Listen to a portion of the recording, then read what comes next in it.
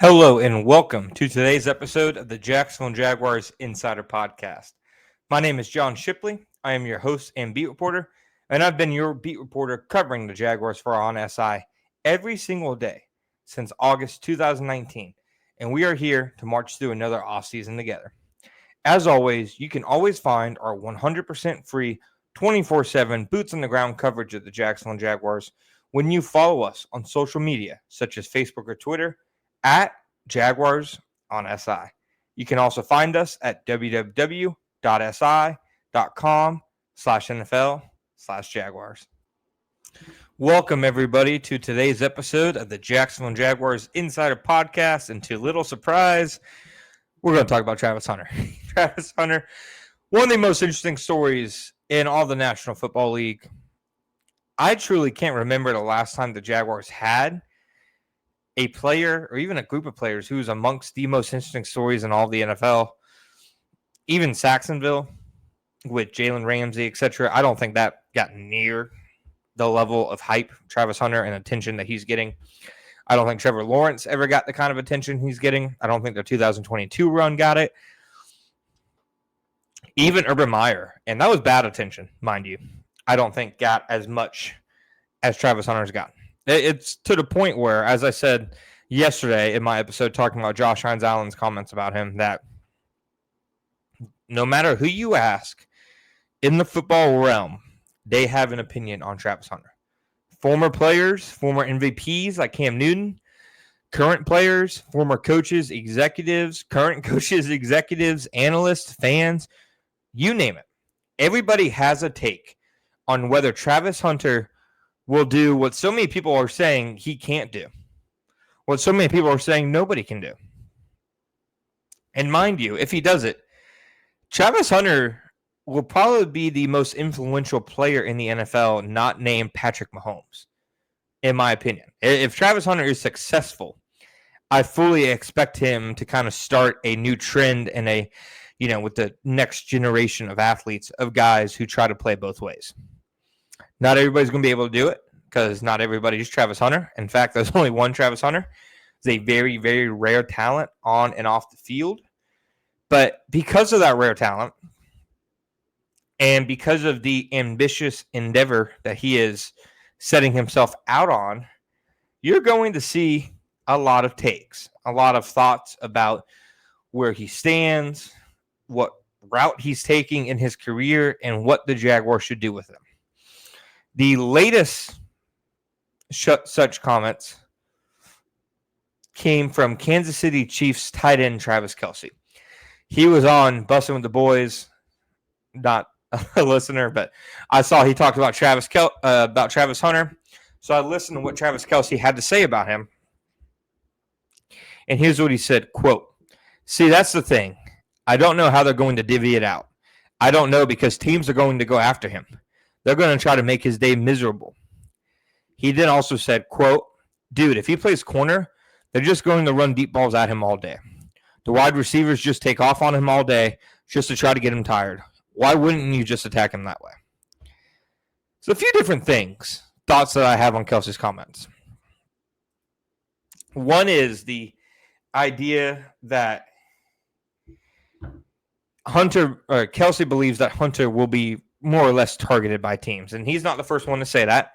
I know a former Super Bowl champ on the Pittsburgh Steelers said it as well. Find his name, of course. But he's not the first person to say that teams are going to, really put their own onus on Travis Hunter. And that they are going to attempt to make, simply put, his life tougher.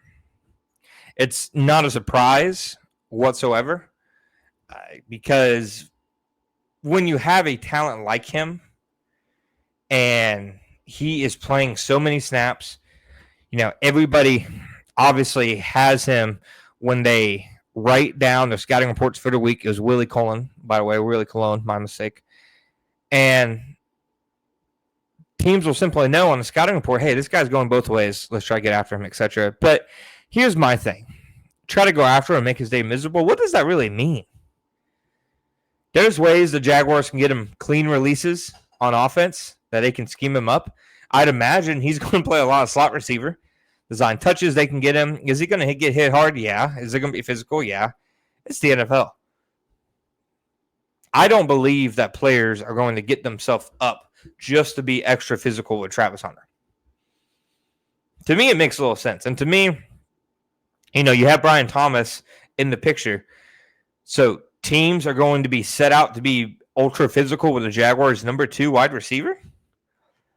Maybe they will. I think it's really an odd stance if they do, because the beauty of the Jaguar situation with Travis Hunter is that you have Brian Thomas. If teams want to devote their whole game plans and resources and really their psychology to stopping Travis Hunter or disrupting him or making him tired, that just opens things up for Brian Thomas. This isn't a situation where a team has just one guy you need to stop. I mean, the Jaguars, even outside of Hunter and Brian Thomas, have some auxiliary weapons, and Britton Strange and De'Ami Brown, who, as a number 3 receiver and as a tight end who maybe isn't the focal point of the passing game, but who can help you in the passing game, they can hurt you. So I'm not sure. What do teams really do to make a guy's life miserable at wide receiver? And then at cornerback, what are they going to do? Run at him? Is their entire game plan going to be run at Travis Hunter? Because that feels like a pretty easily fixed issue. Okay, they're just going to run at Travis Hunter. You know where they're going. And Travis Hunter is, despite his probably smaller size, a very physical player, I'd say.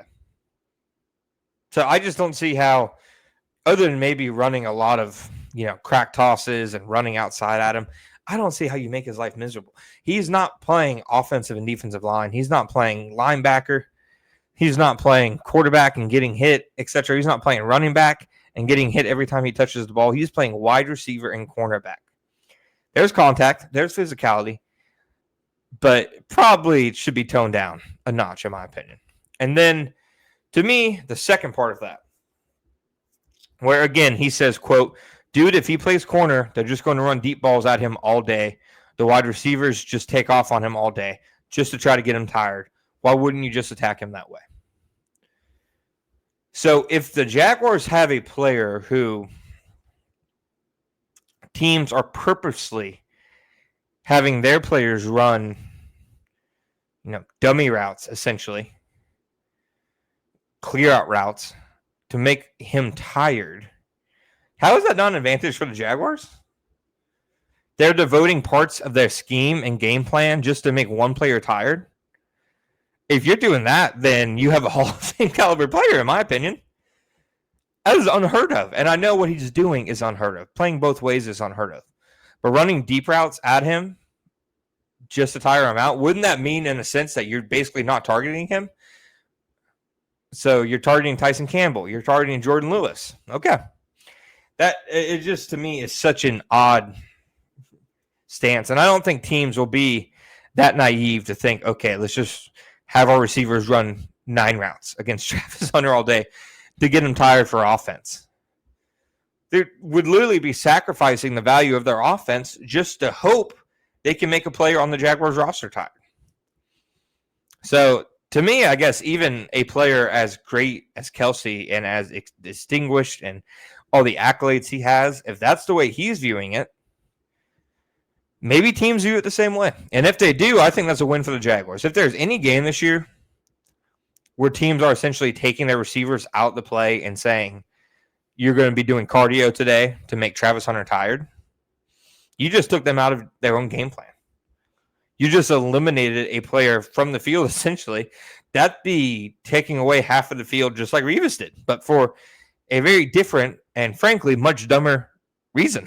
It wouldn't make much sense to me. So Travis Hunter will continue to, spark debate, conversations, takes like Kelce's. And I think Kelce's a really smart player, etc. Probably, you look what he's done with Mahomes and even before then with Alex Smith. The way people talk about him, one of the smartest players in the game. But I think he was off base here on Travis Hunter. And if he wasn't, if he was accurate, if that's how teams will play him, then the Jaguars made the right choice in trading up for Hunter. Thank you guys for listening to today's episode of the Jacksonville Jaguars Insider Podcast. My name is John Shipley. Please like, review, and subscribe on all podcast platforms such as Apple Podcasts and Spotify. And please don't forget to find us on YouTube at Sports Videos on SI.